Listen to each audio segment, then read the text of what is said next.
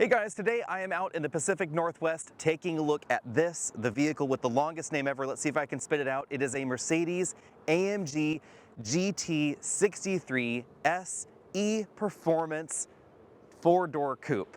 Very long name to say this is the future of AMG and the future of electrification, or a kind of electrification, at Mercedes. And in this video, we're not just going to be talking about this unique drivetrain and of course the four-door GT coupe. We're also talking about why this is the future of Mercedes electrified performance and why you're going to see different versions of this kind of technology in upcoming Mercedes models.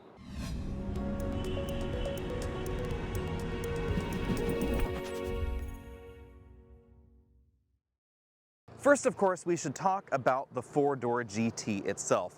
The four-door GT is not actually that related to the regular GT, the two-door actual coupe.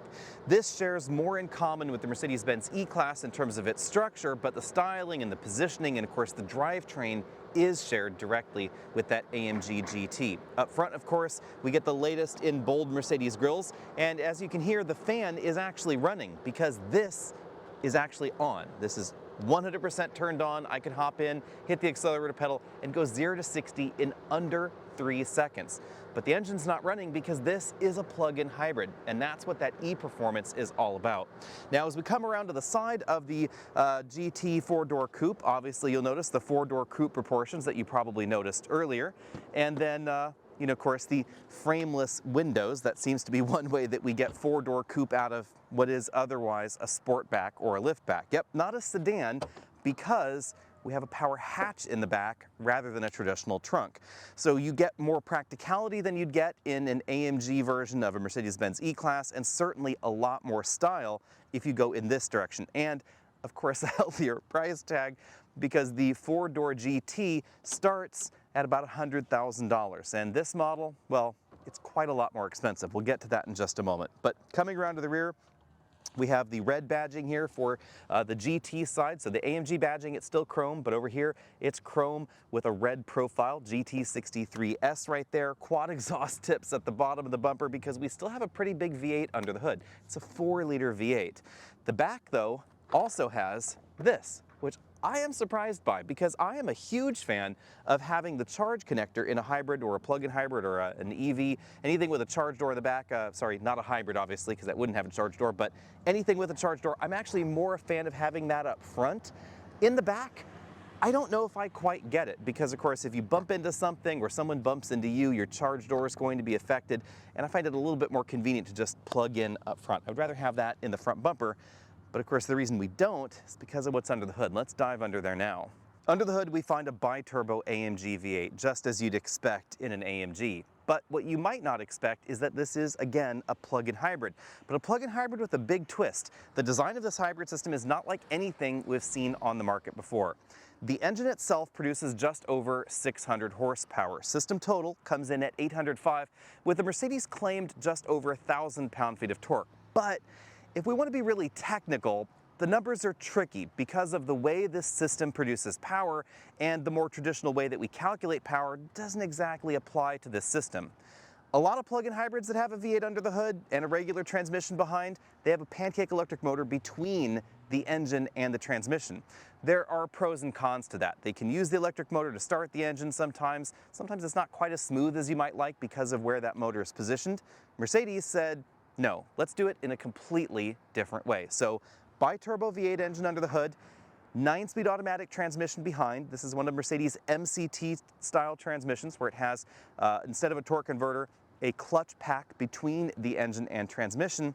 But then in the back, it has an electric motor. So 201 horsepower electric motor, 150 kilowatts on the rear axle. And no, I'm not talking about near the rear axle. It's actually integrated into the rear axle and differential unit back there. Then on top of it, we have a battery pack that's rated for about 4.8 kilowatt hours of usable capacity. Yep, not a lot. Electric-only range of this is about 8 miles. And that's not the point of this system. This is a performance plug-in hybrid. It's obviously going to reduce emissions. If you plug it in every day, you are going to get some mileage purely electric, but this is about improving performance and reducing emissions simultaneously. So you still get that gasoline feel, you still get 800 horsepower, but you get extra oomph. Now, on the module in the back directly. I don't have any pictures of this to show you, unfortunately. If I can find some by the time this video gets edited, we're going to splice them in here. But we have a 2-speed transmission integrated basically into the rear differential unit. The electric motor is on that, so 201 horsepower through a 2-speed transmission unit directly into the rear axle. That's powered by a 400-volt high-performance battery pack that uses components originally designed for Mercedes F1 program. So this battery pack is designed for very rapid charging, very rapid discharging, very unlike every other plug-in hybrid out there. So if you're thinking, you know, BMW plug-in hybrid that you find in an X5 or an X6, this is not like that at all. This has a completely different mission. What's also unique about this system is that it has a mechanical all-wheel drive system. So electric motor in the back, gasoline engine still sends power to that back end, but it can also send power from the motor to the front end. And that's kind of an interesting twist. So when this is operating in electric-only mode, it's still all-wheel drive.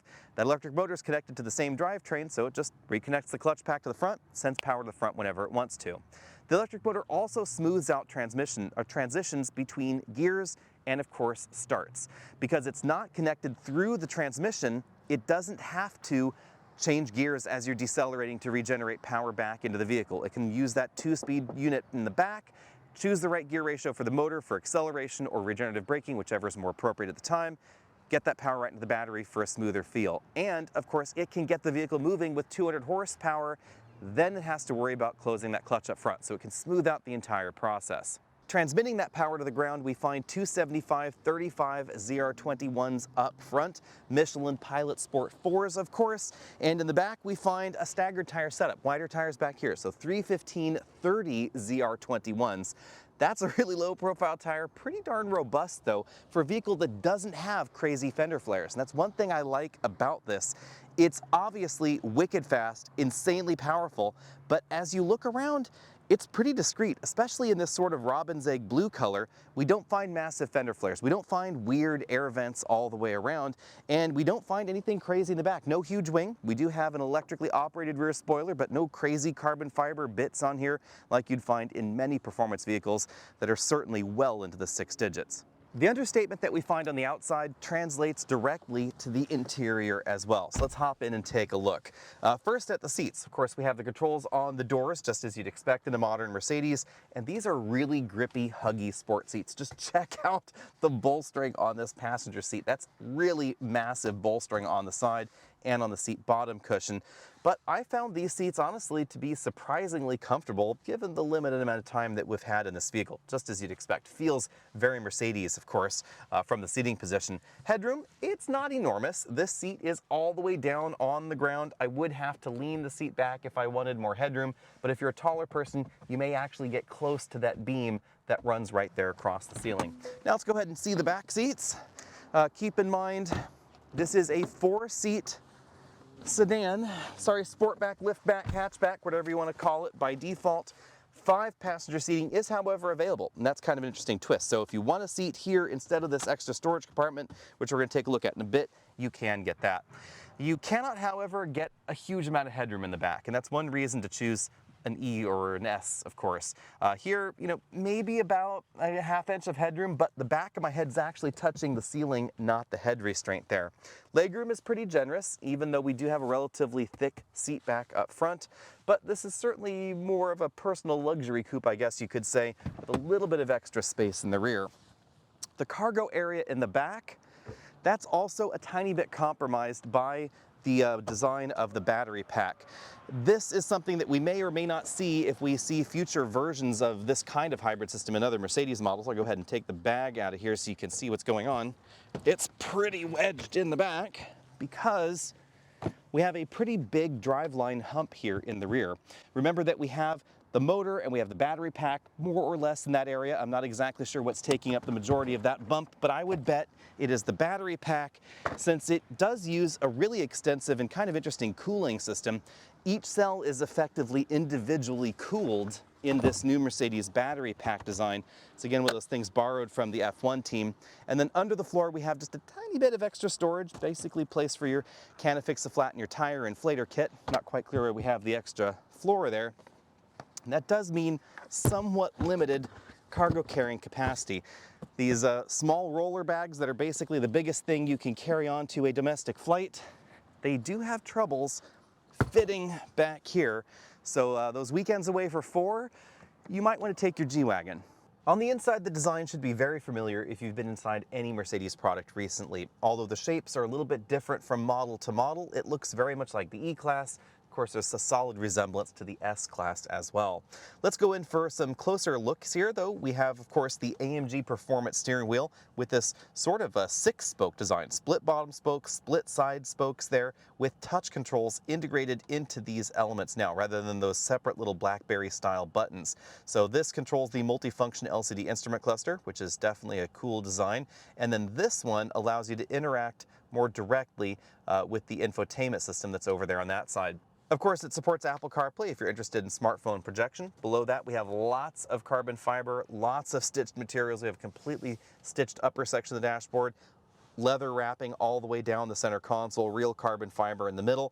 And then these controls are kind of interesting because they're little tiny LCDs inside each of these button modules. They're a little bit difficult to see on camera. Maybe you can actually see the ones on this side a little bit more easily. I'm not sure about that. But over here we have our volume and power knob for the system. This is the AMG Dynamics button. Over here we have a control for the spoiler, etc. The reason these are little LCDs is because you can see it actually shows the status of the option that you've selected when you click that option. A little bit different than some of the controls that we find on the steering wheel, which also contains little tiny LCDs. So these little buttons and knobs here, these actually have little LCDs in them as well. That's a knob over there for your sport mode. You can also click it down. And then over here we have controls that are adjustable via the infotainment system, so you can choose what exactly these controls do. And then of course you can touch the screens or touch the little toggles there on the side. In the back, let's check out Nick's headroom. He's slouching just a little bit back there, but as he tries to sit more upright, again, a little bit of hair room, but not actually headroom, because it starts touching that part of the hatch back there, the hatch hinge frame, I guess you'd say. Up front, we have height adjustable shoulder belts for the driver and front passenger, multi-way adjustable powered headrests there. 3-position seat memory for the driver and front passenger, so this is not lacking on the luxury options and features. I really like this sort of ivory and charcoal 2-tone interior color combo. The front seats are, of course, heated and ventilated and massaging in this model, and this has the optional Burmester audio system. I should say optional for certain trims, because in this model I believe it is standard. Metal speaker grills there, of course, and just check out all of that stitch work all across the dashboard. This is really expertly done. It's a lot of attention to detail and a lot of seams and things in this vehicle that are really difficult to accomplish from an engineering level. Big cup holders down here, but they are kind of deep. And I would honestly worry about actually putting drinks in here, because some of those taller ones are going to affect the placement or use of those buttons up there. You won't be able to use them quite as easily. And then of course, stuff could slosh on your pretty expensive buttons down here in the center console. We have some touch and physical buttons here, so it's actually a button module that moves, and then it could tell what you've selected by your touch right there. And then of course, as we find in every modern vehicle, lots of piano black plastic, and it is already showing some scratches. Now let's turn the camera around, and Nick will be Vanna back here in the rear. He has 2 air vents there in the center. Again, a 5-seat model is available, but this is the 4-seat model with the built-in center console. Interestingly, we have 2 sets of temperature adjustment controls there, although this is a 3-zone climate control system, so they both adjust the single zone. Behind that, we have lots of carbon fiber and a roller cover over heated and cooled cup holders there, one bigger than the other. I am kind of surprised by that. The big one seems pretty useful. The small one, I guess maybe for a Coke, something like that. Then we have a really big bifolding center console that is surprisingly deep. I'm guessing maybe you could put a half gallon of milk or so in there. It seems like that might fit, something around there. Lots of charging inside, and then of course the AMG logo right there between the seats, in case you're wondering what's going on there between the seats instead of the 5th seat. And then of course that bicolor seat design, very similar of course to the front, with the AMG logo on that satin chrome section right there in the seat. All right, everybody, let's get this big Mercedes out on the road. But before we talk about the crazy, let's build up to the crazy, I guess. So we have a little bit of battery here. I'll go ahead and move it to the electric only mode. It says we have 5 miles of electric range. Battery's a little bit more than half charged, so, you know, not a lot, right? But I think it's okay. And it actually is surprisingly peppy at in battery only mode. 201 horsepower out of this electric system. It's pretty decent, reasonable amount of torque.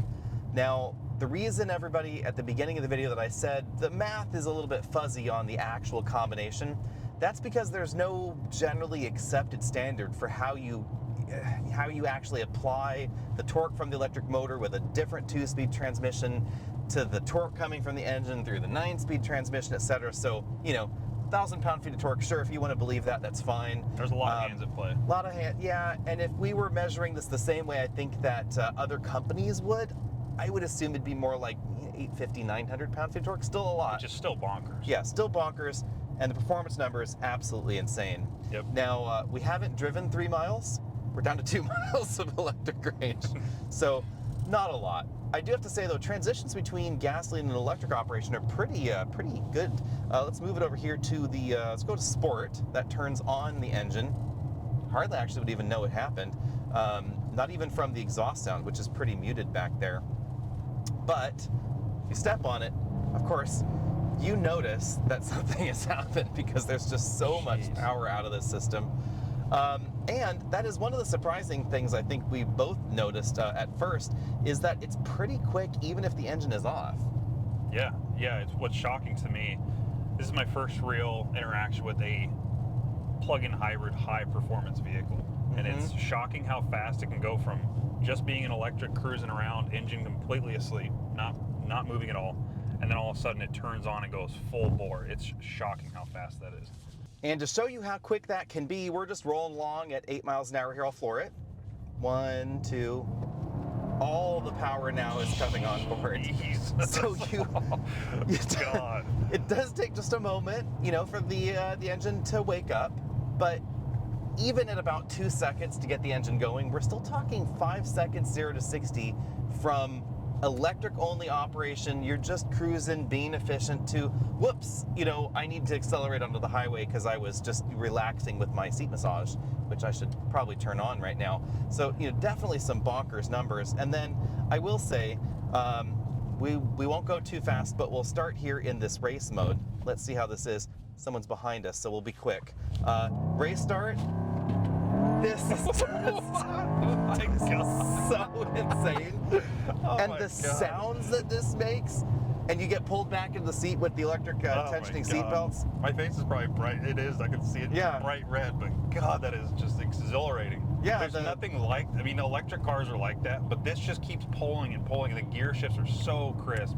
And that really is the weird combination of things here, because this does have that immediacy that you'd expect in an electric car, but the sounds and the CO2 coming out the back that you'd expect from a 4-liter V8. It's the best of both worlds. I've always said that there's something missing in an electric car for me personally.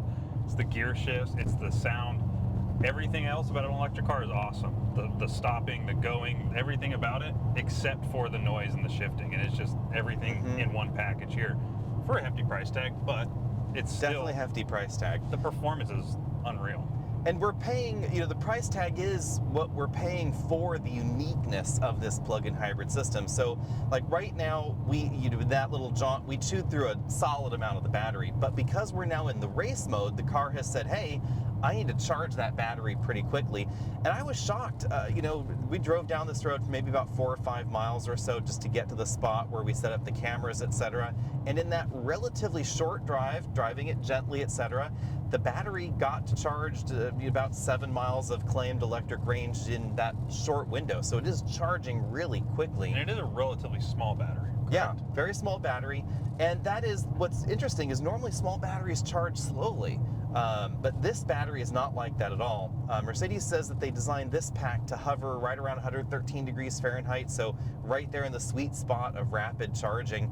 And it's designed like that from the very beginning. So this is not some adapted battery out of some other ultra-efficient hybrid, etc., put in a performance car. Every aspect of the system's just been designed to be this from the beginning. The Project One, or the AMG One, uses both battery and a similar setup to this to get the performance that you can achieve with electric and gas, but obviously that's $1 million plus car. Yes. But I think, if I am not wrong, obviously in the comments, please let me know, because I know you guys will anyways. But I'm pretty sure that one is similar technology, and I would assume that they learned from that and applied it to, because that was a couple years ago they started producing that, and I'm sure they applied similar technology to this, and the performance is unbelievable. Yeah, as we logically see with a lot of high-end manufacturers, they basically start taking their racing technology and their other advanced technologies and moving them down the lineup. So obviously this is less expensive than an F1 car, Yeah. and they're early prototypes and demonstration units, but still very much the same technology. And what we've been talking, the battery's charged itself up to about 85-90% or so, just ready for that next run. Now, some of you might be thinking out there, but hang on a minute. What happens when the battery is depleted? And there is logically an answer for that. You have, sadly, just 600 horsepower, which is quite a lot of horsepower. So, yes, like any hybrid, when the battery is depleted, you will end up with whatever the engine can produce, but we're still talking about a really powerful engine, a lot of torque. So you're going to be pretty hard pressed to ever find a situation where you're sad about the battery being depleted and all you have left, quote unquote, is what the engine can deliver. Yeah, maybe in like a track use situation, but if you're buying a 4-door and taking it on track, you probably should have bought a 2-door. Right. But Mercedes has defended that by saying, even around a track, you're going to be braking hard in the corners. There are going to be times where you're not completely flat out. No one goes around a track completely at full throttle the entire time. And in those situations, you'd get some battery back. Yeah, it's nice to have that performance, but like I always say with high horsepower cars is on public roads, it's very, very hard to use all that horsepower without breaking all of the traffic laws or road laws. And so realistically, even going down to 600 horsepower, that's more than enough power to get you through the day until you can get the 800 horsepower and the 1,000 pound-feet of torque. And absolutely is. Yeah. And so let's talk about the numbers here. So this model, 0 to 60 in 2.8 seconds. This is a sub 3 second, big, heavy luxury sedan. I'm getting a massage at the moment, but it does not feel big and heavy. On these roads, it feels really eager. There's not a lot of feel coming back through the steering rack. Of course, we have electric power steering. We also have, the latest Mercedes 4-wheel steering system in this vehicle, which definitely helps it cut a tighter corner. Although with those big tires in the back, as we noticed on that road where we were taking shots earlier, it's not the tightest turning. No, it's a boat. I mean, it's a big vehicle at the end of the day. It's not small by any means, but they try to make everything work in unison to make it feel smaller than it is. So it's very heavy, it's wide, it's long, it's a large vehicle at the end of the day, and they have tried to make it as good as possible. And I think they've achieved that relatively well from what I can feel. Now, you're in the driver's seat, it's a whole different experience over there than it is in the passenger seat. So, I mean, you can speak on like the steering feel and how it feels turning corners, because you really, in a rear wheel steer or all-wheel steering situation, I feel it most in the driver's seat than I do in the passenger seat. Yes, that's true. So do you feel that in like you can feel it in the corners. This is not the most aggressive rear steer system out there, but it still really helps improve and compensate for the weight in the vehicle. And the weight balance is part of why we find the motor in the back here, and of course the battery in the back, because that helps shift the weight to the rear. And in a lot of plug-in hybrid vehicles, with that pancake motor up front and the extra, clutches, etc., in that unit up front, it adds weight to the front of the vehicle, really, changing that weight balance in a way that some manufacturers, especially performance manufacturers, don't want. They want that rear weight bias if possible. And this definitely has that sort of lighter front end feel. Now, back on the subject of drive modes, there definitely is some different personality to these various modes, but in all of the sporty drive modes, Sport, Sport Plus, the race mode, etc., it's going to keep the engine on for the most part, and really only at a stop is it going to consider turning off the engine. Comfort mode, though, is a bit different. This is somewhere between worlds. It's not going to be as aggressive at turning the engine off as the average fuel efficiency focused hybrid, so don't think that turns this into a Prius. But on this road here at 50 miles an hour with the battery completely charged now, it has finally turned the engine off. And so now we're running electric only. Again, you'd be kind of hard pressed to notice the difference, but the moment I switch this over to sport mode, it turns it back on. Bottom lining, the Mercedes AMG GT63 SE Performance 4-door coupe. Mouthful, but I got it. Honestly, it's pretty easy. This is such a unique combination of features. I love it. Is it worth the price tag? That's tricky. I am intrigued to see what kind of vehicles in the Mercedes and the Mercedes AMG lineup get this style of plug-in hybrid system in the future, because this has a wide variety of applications. They could combine it in a smaller vehicle with an inline six. Mercedes has a ton of inline sixes that would fit right there under the hood. They could also design different kinds of front-wheel drive transverse-based hybrid systems based on the same technology. So what does this hold for the future of AMG and the future of Mercedes?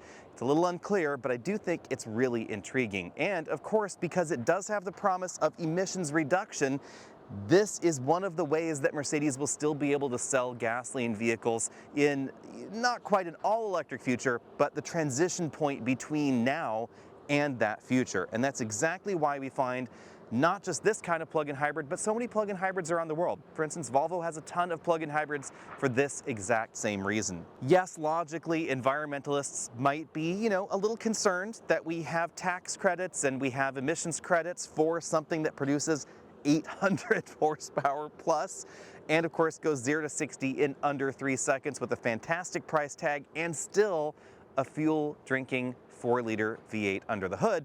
But this also has the promise of emissions reduction. Again, I am having this on. We're filming this with the vehicle on. It's not idling here, consuming gasoline to cool the cabin. So even in these use cases, this is still going to be lower emissions profile, less gasoline consumption than something like this without the plug-in hybrid system, even if you never plugged it in. Of course, obviously, if you want to get the most benefit and you're commuting, you should definitely plug it in, but let me know what you think about all that down there in the comment section below. This is likely the future. Is it the future you want? I'd love to hear from you. See all of you later.